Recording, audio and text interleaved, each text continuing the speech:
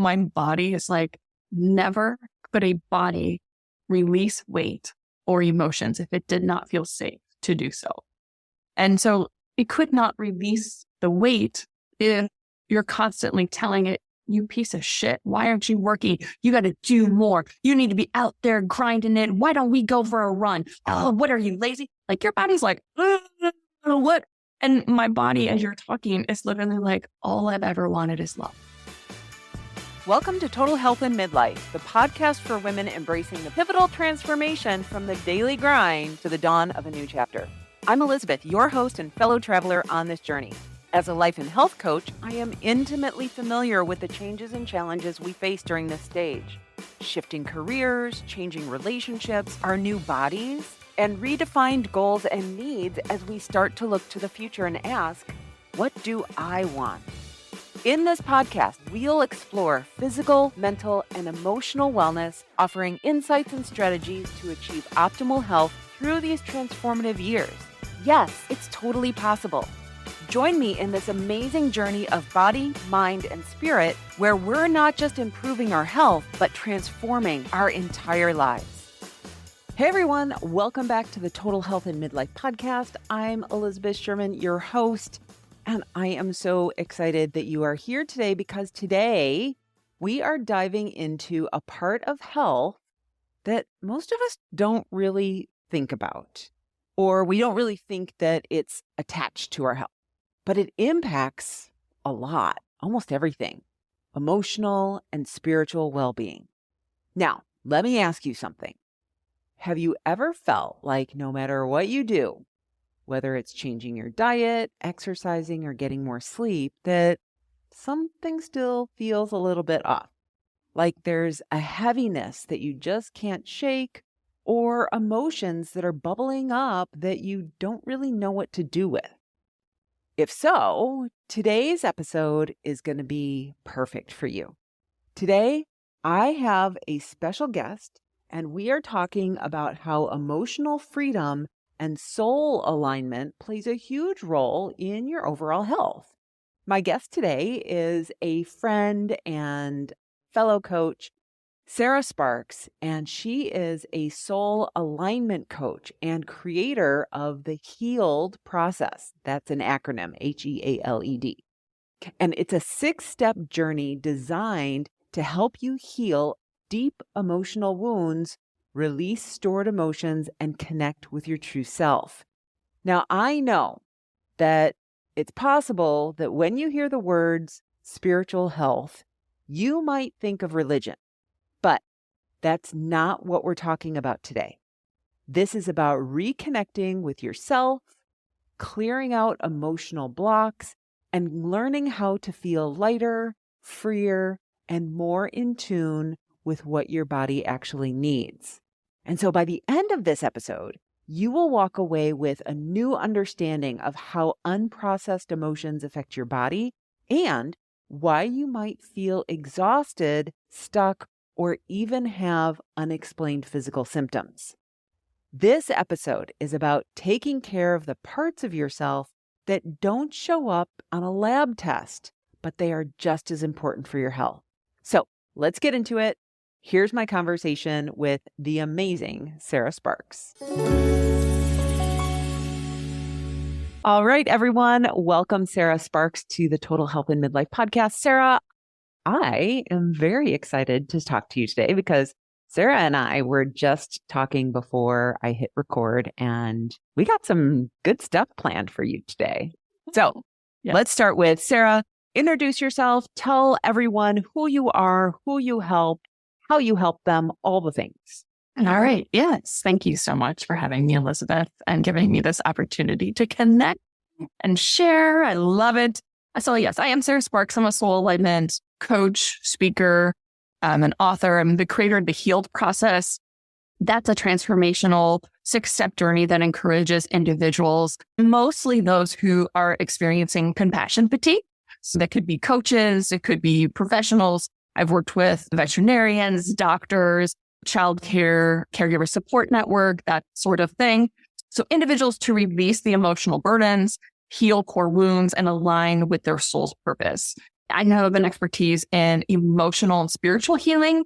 So I help people reclaim their inner peace, reconnect to their authentic selves, and experience a life that I would like that I have, that I've gotten to enjoy, but full of ease and joy and flow. So that's me in a nutshell. I also have a book, 144 Wealth Codes, and I had a podcast that was globally ranked, and now I'm starting a new one. So that's me.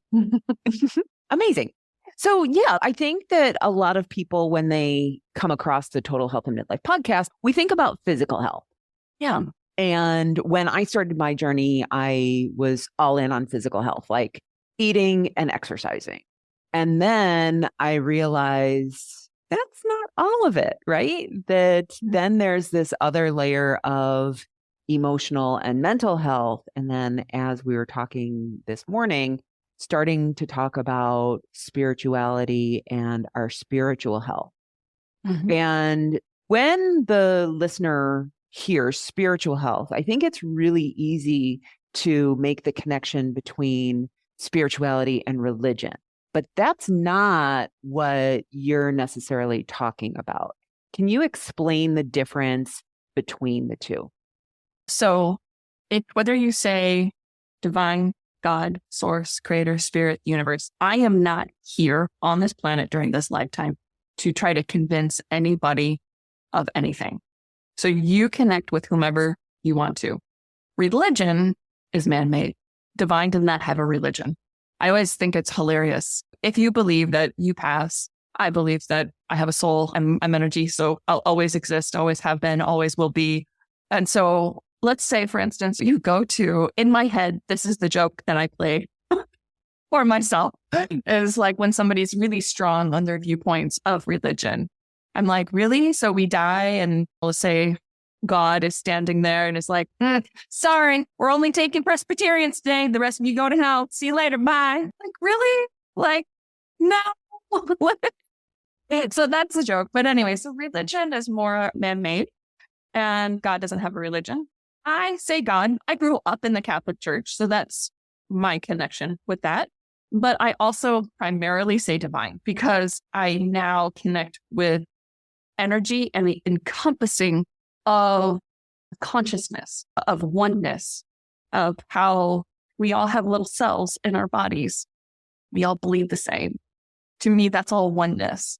And so it doesn't matter how we are on the outside, what color we are, our nose shapes, our hair color, doesn't matter what's on the outside. We're all the same on the inside. And so there's a thread of consciousness that comes within us and through us. And that, I believe, is divine. And I believe that we all are divine, even those who sometimes we judge and say they aren't. They're just not connected with that. Or maybe they don't know how, but it's not my place to judge. So not to deviate too much off of your question, spirituality to me isn't religious. That's a whole nother concept. Things. I mean, if we even think about, I think in our previous one-on-one coffee chats, I brought up Jesus. Now I've been doing this for almost 13 years, 12 years last year. So yeah, this will be my 13th year. Worked with numerous people who really are grappling around with, I have this energy gift or I want to do Reiki, but how do I meld my Christian beliefs in Jesus with this energy and this Reiki? And it came to me so easily when clients ask this, is like, if you think about Jesus, he wasn't Christian. People made a religion around that and called him Christ. But Jesus literally laid hands and did energy work. I was like, he's the original Reiki master. I know other before him as well. So I'm like, don't get all caught up in all the beliefs. Go back to your knowing. If we know that we're energy, we know that we are good, just good. At the core of who we are is good. So yeah, I hope that explains it. Yeah. Well, and, I shared something before, and I'll share it with the listeners, that I also grew up in the Catholic Church. I was born in 1968, which at that point was the start of Vatican II. And that's important because I'm the youngest of 6 kids, and my parents were in the Catholic Church. And then when Vatican II came out, when the Catholic Church said, oh, wait, maybe we were wrong about all of these things that we used to preach about, my parents started having these questions. And so I was not raised with the same Catholicism that my sisters and brother were raised with. And I've always identified as Catholic, and I don't know why, maybe just because of identity's sake.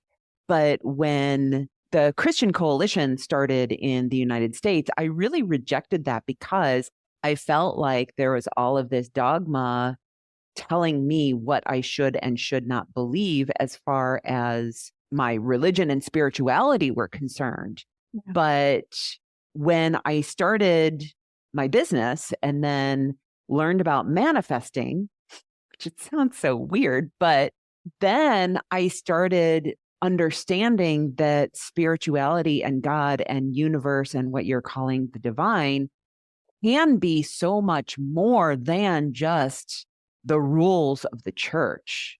Mm-hmm. And so I really love what you're doing. Thank you. I just want everyone to be in ease and flow. I see so much emotion in people. I don't know if it's a blessing or a curse. Both my husband and I have this ability.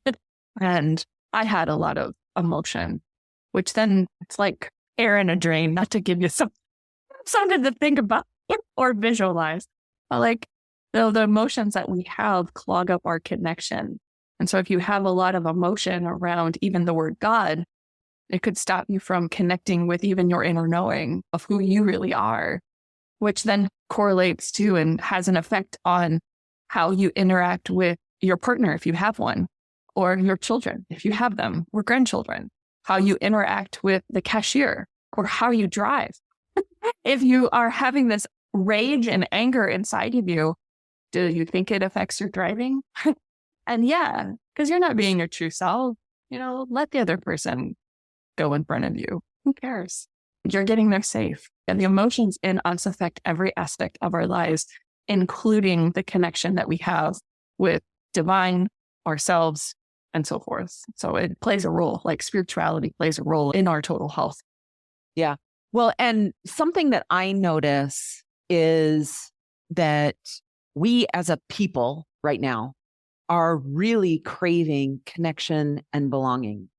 And it goes back to what you said earlier about oneness. Like when we can see everyone as one, but yet I feel like there's this separation and we feel very lonely right now, especially women in midlife. I think women in midlife are really struggling right now with loneliness, with disconnection, and with just this sense of not knowing. Yeah. I'm in midlife. I've graciously started perimenopause. So yay me. Oh, goodness. I don't know if this is accurate. And everyone has their own viewpoint. Honestly, this is my observation. So take it or leave it. So menopause in midlife, we're pausing men, not men like physical beings, but the masculine part of us, the doing, the have to get it done, the struggle, the focus, get it, drive, done, do, go, which we've done all of our lives up until this midlife. And then it's a turning point.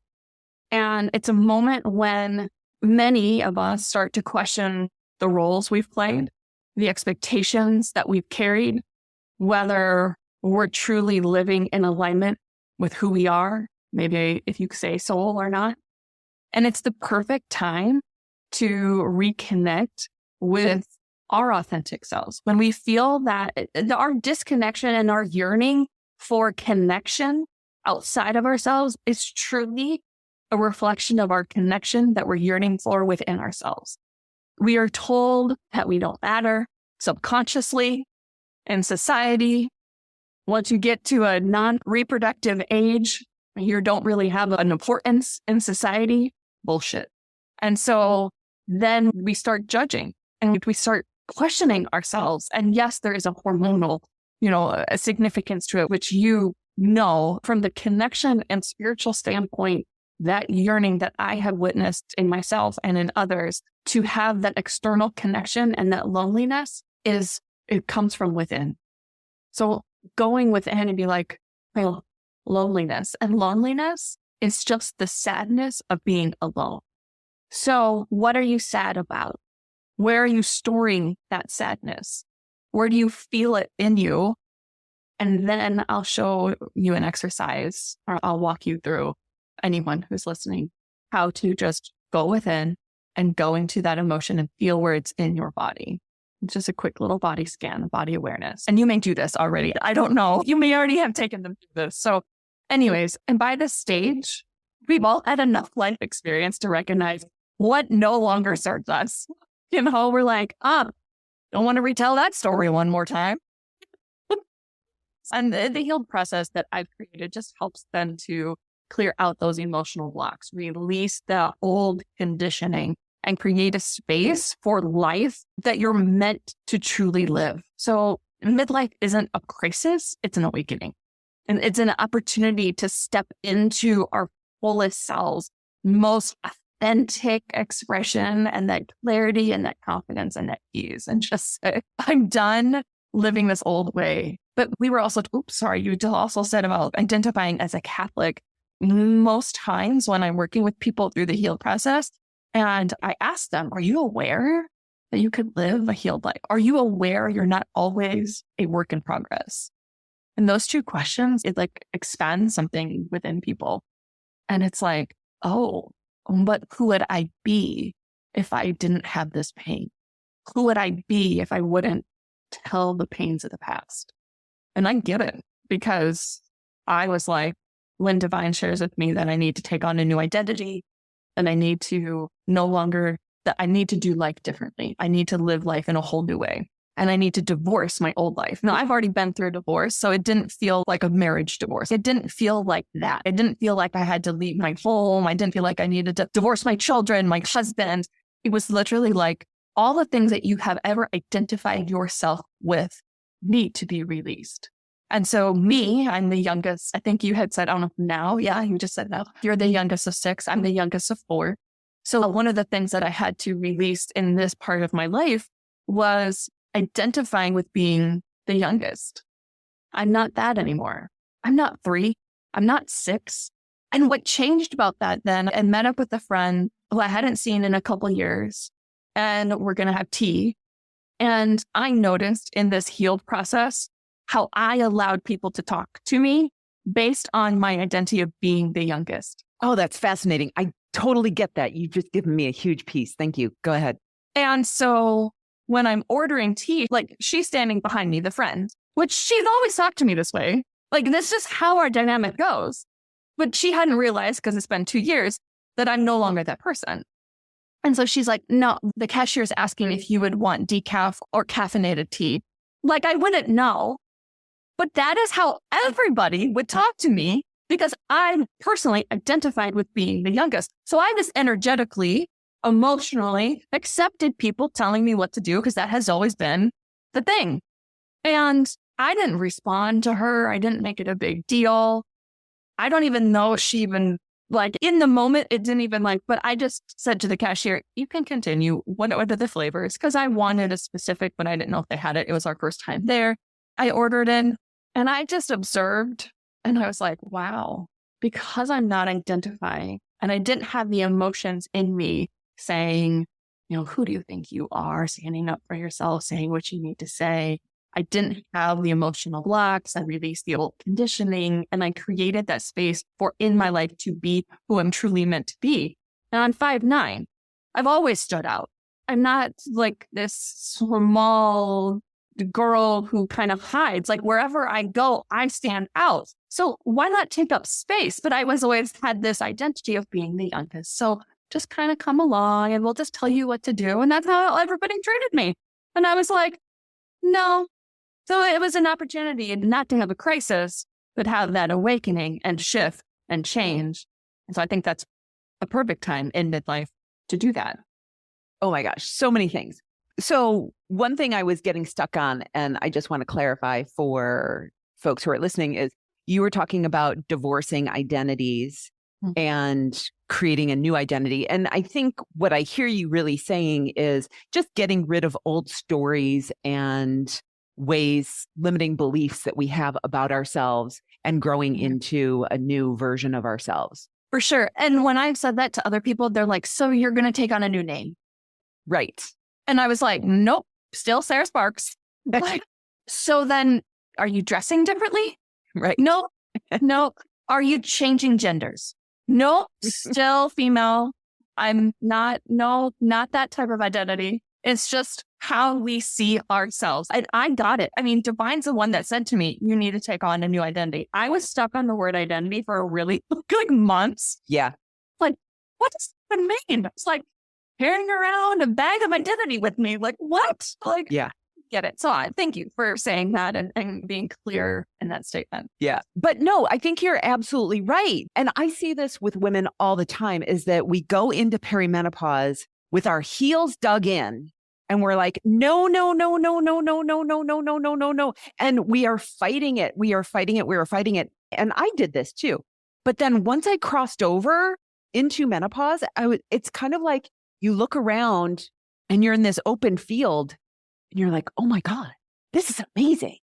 So like for anyone out there who is fighting what it is that's going on in your body right now, it doesn't have to be that way. Like it can be ease. And I do want to talk about your healed process, but I think that this brings us into another part of our conversation that we wanted to have, which is what's going on energetically in the earth. You were talking about the divine feminine and masculine. Can you talk a little bit about that? All right. So when I have brought up divine feminine and divine masculine feminine, we don't even talk about divine, just feminine and masculine energies. Those who are more religious, and they're my best friends from when I was young or family members, whatever. But when I say those words, it gets really confusing and defenses come up and judgments come up. So let me just be clear. Feminine is equal to being, love. It's not being lazy. There's not lack.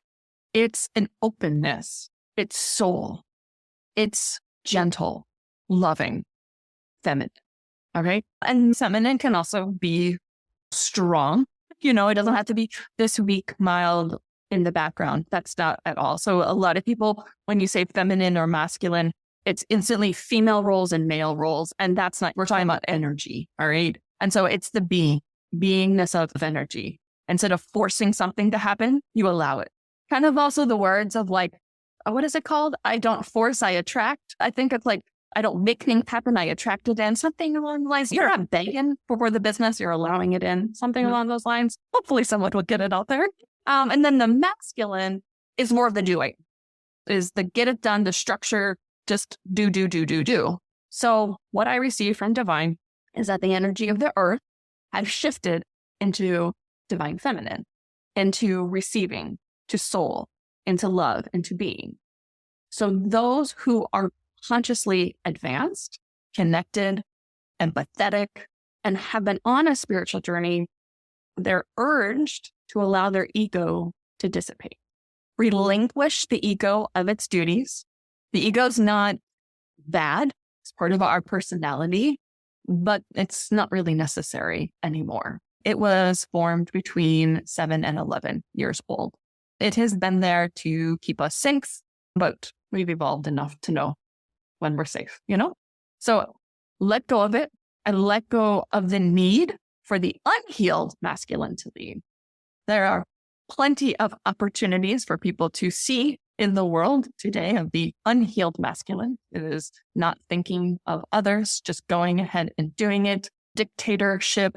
It does not have a unity mindset that we are all one.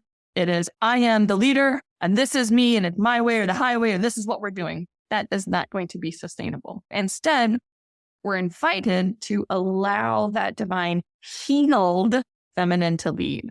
We are the leaders. For those who are consciously advanced, connected, empathetic, we're the leaders. So we're the ones showing and teaching others just by being ourselves how to receive with ease.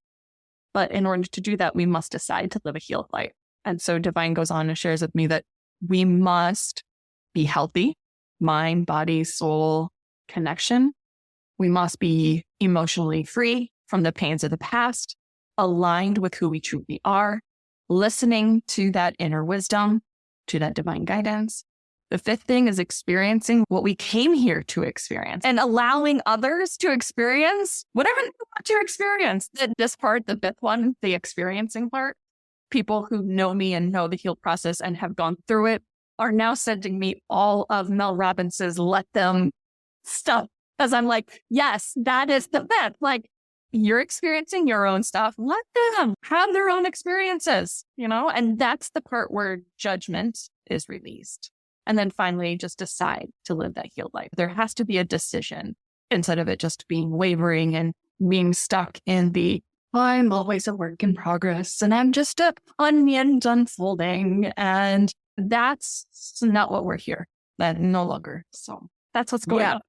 Well, no. And so like, as you're talking, I was thinking like, when we're talking about that go, doing versus being, I think that actually ties in so beautifully to my work and what we talk about here in the podcast, because so many of us have been taught the divine masculine of doing when it comes to control over your body.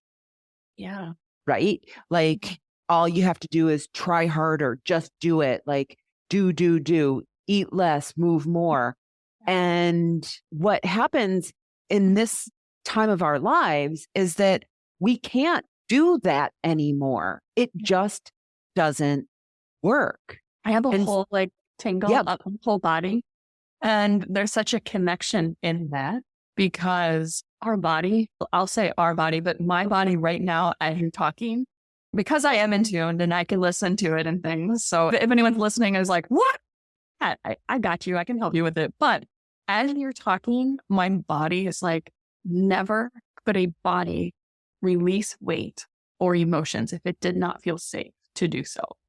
And so it could not release the weight if you're constantly telling it, you piece of shit, why aren't you working? You got to do more. You need to be out there grinding it. Why don't we go for a run? Oh, what are you, lazy? Like your body's like, what? And my body, as you're talking, is literally like, all I've ever wanted is love. So appreciating, I had children and I thought my body during that time, like I never thought my first pregnancy, I was in the mountains for a business retreat and I took a photo and I was like 35 weeks along. Probably shouldn't have been traveling, but I was. So I was very pregnant and someone commented about the photo like, oh, you just look so confident. You're not afraid to show off your belly. Like you've gained so much weight and you're okay with it. And I thought to myself, my body knew how to grow a human. And the human knew how to grow on its own inside my body. I don't know what else is a miracle maker except for this body. Like, I don't know what to do. Sarah Sparks wasn't over here going, okay, body, now this is what she's doing this. I have no idea. And my body knew. Like, how amazing is that? Like, oh, the amount of love that I gave it during that time and the birth itself was the most magical, divine thing I ever experienced. Both times. People know that I swear and I express myself and things. And so when Craig has shared the birthing of this, and there's so much love that is coming through me because I do a whole meditation the whole time I'm giving birth because I'm just connecting to my body and I'm allowing the baby to do. I had 2 girls, so she knew and things. And so I would just sway and move and just do what my body knew to do. And when she finally was here, both times I looked at Craig and he's my husband, and first instinct was, I love you. And I'm like, now that I've had the children and as you're talking and this opportunity to truly just be, I had my own awareness of like, if I have 30 pounds to release, why don't I love myself to that, to release that 30 pounds instead of be the unhealed masculine? I'm learning as I go. Well, no. And I think that what you're saying is so true of many women is that we have this belief that I can't love myself until. So we're putting conditional love on our bodies. Yeah. And we're like, I can't love you. I can't accept you until you've hit this milestone that society has put on us of how big or small we should be. Mhm. And what you're saying, which is what I've been saying, is when you can come from a place of love for your body and respect and acceptance of it, that then your body will actually become the body that you want. It has no other choice. Yeah, it's so true. I'm having my own haha.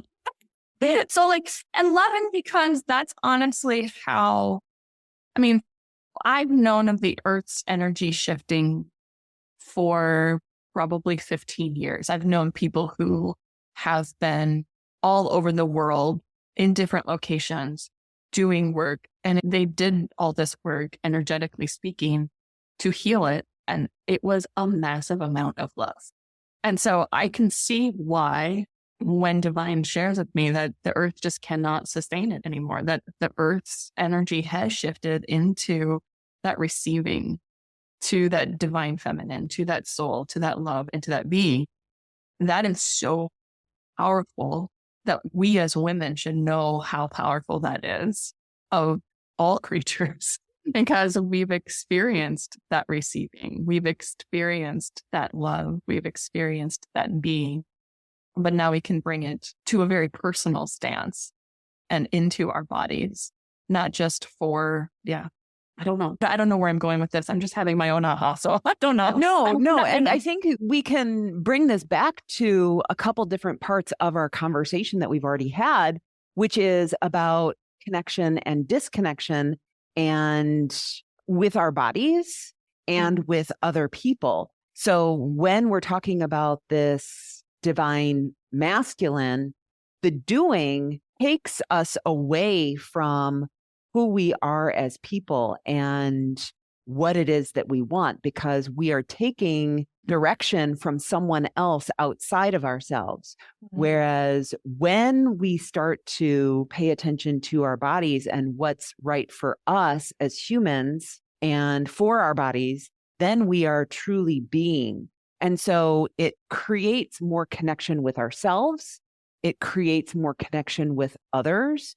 And through this whole process, we're basically healing the disconnection that we feel, the loneliness that we feel. One thing that I don't know if your listeners question in this conversation, it is something that my own clients question. So I wanted to bring it up. When we are mentioning and we're having this conversation around being and doing, it's not that I no longer do. I take aligned action. So I'm on the podcast because I'm aligned with it. I join certain networking groups because I'm aligned with it. I hop on calls. I have clients. I eat certain foods. I move my body because that is what, first and foremost, I connect. I connect with my own receiving. I connect with my own inner love, with divine. I connect and then I do. So it's taking that aligned action. It's not just someone outside of ourselves saying, well, you need to do this and you need to do that. And that's what I found online as I was navigating through perimenopause. I finally just was like, unfollow everybody. Like, I can't do it anymore. I have to connect first. So I just wanted that to be clear, because clients who I have worked with that get really hung up on when I say be, they're like, so you just want me to sit in a chair all day? And I'm like, no. So you want me to be lazy? No, definitely not. Yeah. It's kind of like the same when I talk about food not being good or bad. My clients are like, oh, so I'm just going to eat ice cream all day. It's like, no, you're not going to eat ice cream all day, because after a while, you're going to get sick of it. You're going to want to do something different. You're going to want to have some broccoli. You are going to want to have some other stuff and do what's right for you. But I think what we're talking about is also women have really deviated, or I don't know, deviated is the right word. I think not listened to their own wanting. And so when we're talking about being, it's also uncovering, what is it that I want, that I need? And that goes along with then your doing, because you're doing things that are good for you personally versus what someone else is telling you. I was recreating a whole new business strategy and plan around the heal process because I knew I needed to shift from what I was teaching was around aligning the soul of the business with business of soul and that sort of thing. And that was feeling very much out of alignment. And so as I went through the heal process and then I created it, I knew I needed to create something like the business plan and strategy. Well, what was funny is just what you're saying. Like I went on to ChatGPT and was like, based on all this information around the heal process, create a 7-figure a year business plan around this information. Oh my gosh, it shot out all these options, all these offers. I mean, and it's what I used to do. It was all the doing. I mean, it didn't say to hire a team, but my God, I'd have to have at least 5 people on my team or multiply myself by 5. And that's just what I did. I have 2 children. I have a husband, but there would be times that my child, she's 11 now, but she was about 6 at the time, would come up into my office and be like, Mommy, I haven't seen you in a while. Do you want to come downstairs? And I'm like, oh, balls, this is not why I'm here. Like, oh, but I thought I had to do to have what I want. Right. And there's an equation that I'm sure you teach your clients to, and it's B plus do equals have. I think a lot of us are taught if we want to have a certain amount of income, a certain lifestyle, and we work backwards, what do we need to do? I don't think a lot of us then are taught, who do we need to be? And what I noticed when I reverse engineered it, who do I need to be? What is the energy that I want to be in? What are the thoughts as my healed self am I? Then what am I in alignment with to do?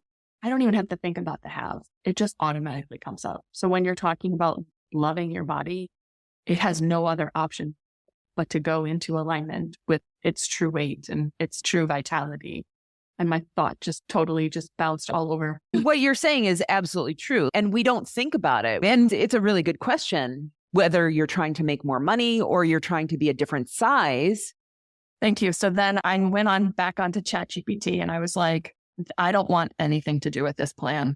That was my old way of being. Mm-hmm. I want to offer this. So back to your comment around like women in the midlife, knowing what they want, like, this is what I want my life to look like.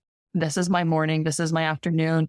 This is how I want to be as a mother. This is how I want to be as a wife. This is how I want to be as a business owner.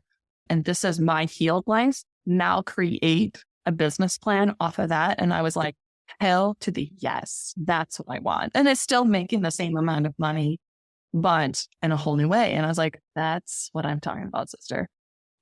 So it's knowing what you want, but then who do you want to be along the way? Right. I know. Well, yeah, 100%. One of the things that I talk about is the 8 basic habits that healthy people do. It's one of my freebies that I give out. And habit number 8 is called limit treats. Say I force my clients to have treats, but it's part of the process. One of the reasons that I think that so many people struggle to maintain their lower weight is because we go on these restrictive diets. And then when we get to our goal weight, we don't know how to incorporate pizza and burgers and ice cream and cookies back into our diet. We know that we should be able to eat them, but we don't really know how to eat them. And so I have my clients have those things along the way to their goal. Does it take longer? Maybe, but maybe not, because they're very infrequently then going on and off plan, right? Mm-hmm. And so, like, yes, you can get to your goal by being restrictive, or you can get to it and actually have some fun along the way. You get to choose. Mm-hmm. Like, it's the same thing. Yeah. Yes. I love it. Perfect. Yes. And I don't think, yeah. And we're not taught. So like I found when I was on a restrictive weight loss plan, the biggest thing that I kept asking people when I got to my goal weight was like, how do I maintain it? What do we do? And no one knew. Yeah. No one knew. All of these thousands of people who were doing the same darn thing, they were like, just keep doing the same thing. And I'm like, this isn't going to work. I'm going to know what this is. So I love that you do that. And same as for my clients of the healed process, people are like, so then once we release it, they think it's kind of like releasing weight. So they're releasing emotion and they get almost addicted to that process of like, but I just did it and it felt so good. Like I just released this emotion. Let's go back to it. I'm like, no, sister, you already did.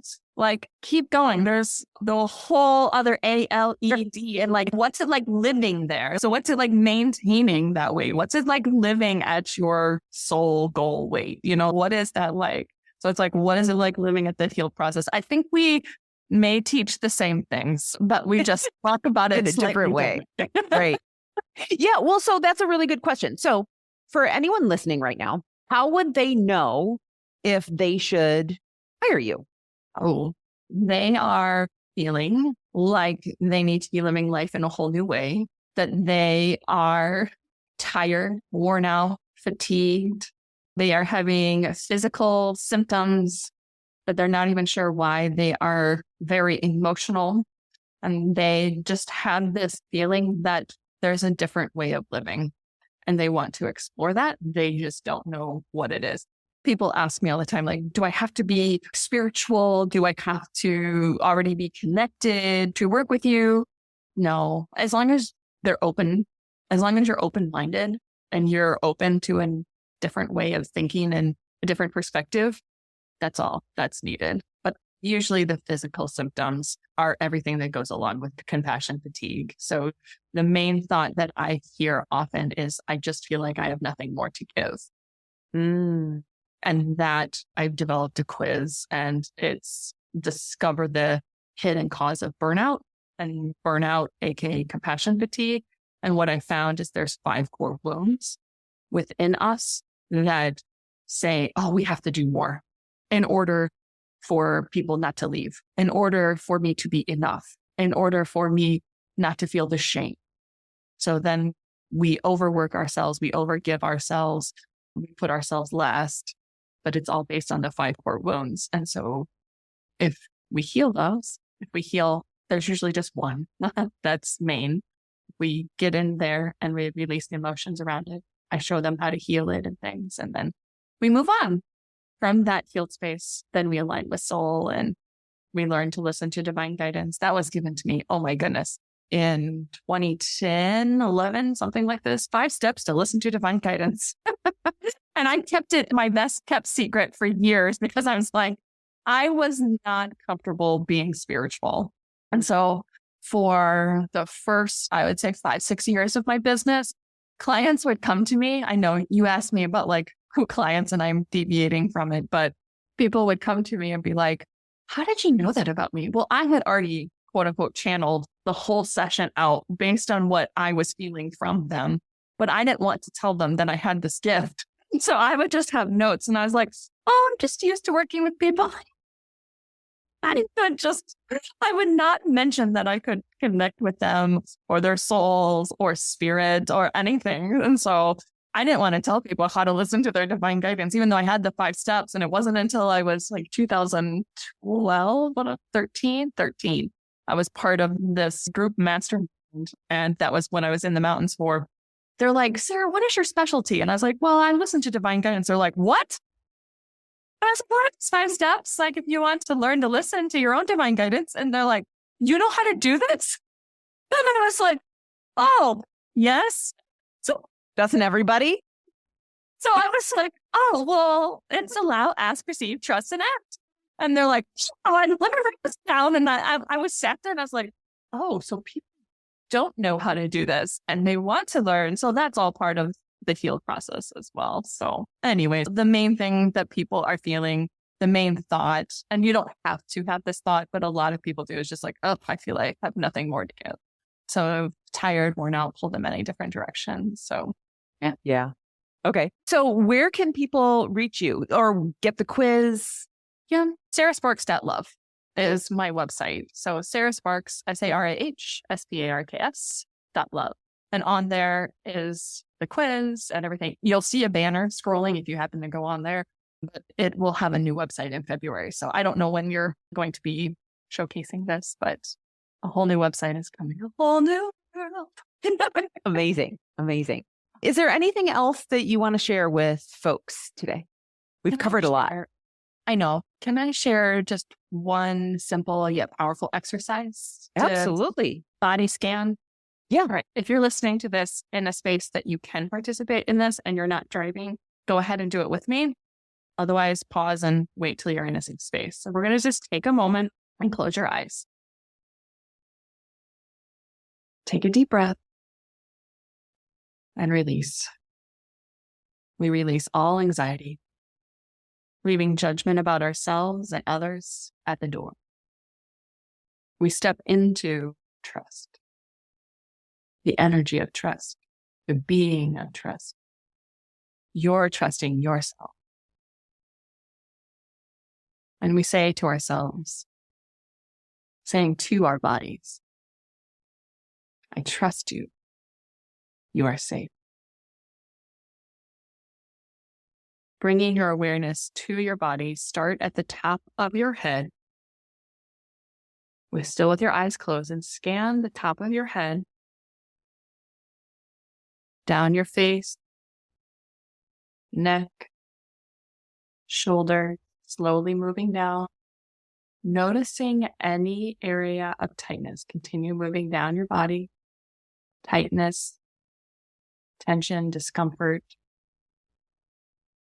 And ask yourselves, what emotion is living here? Inside the tension, the tightness, what emotion is living? Don't judge, just observe.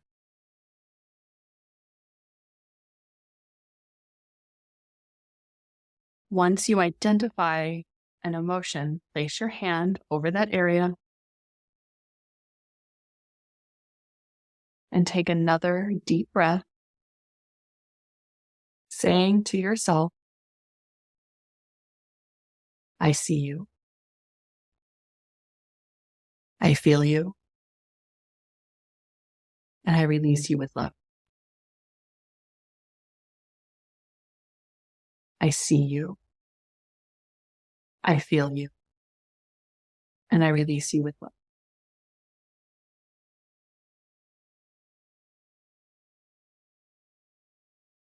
This simple practice helps you reconnect with your body, uncovering stored emotions, and begin the process of emotional release, one step closer to total health and wellness. You can slowly come back into your center and open your eye. Thank you for sharing that. You're welcome. Thank you for having me on today. Thank you for being here. I appreciate it. You're welcome. All right. So I hope you really enjoyed that conversation. I loved it.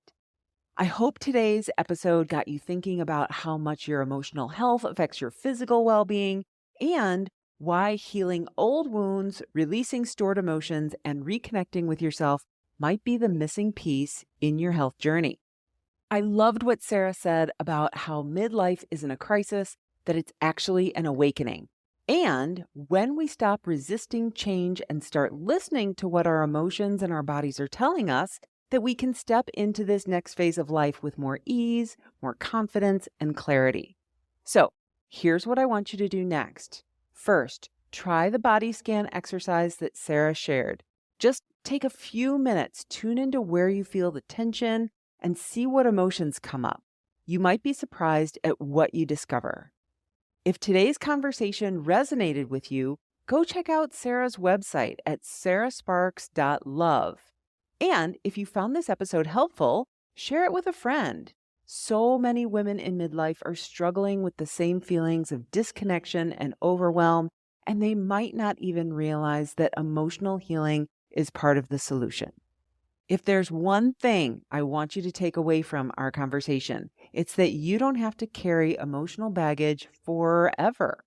Just like we take care of our bodies by eating well and moving, we need to take care of our emotions so that we can feel lighter, freer, and more at peace. Thank you for spending all this time with me today. I love having these conversations with you, and I hope they help you to feel stronger, more empowered, and more at home in your body.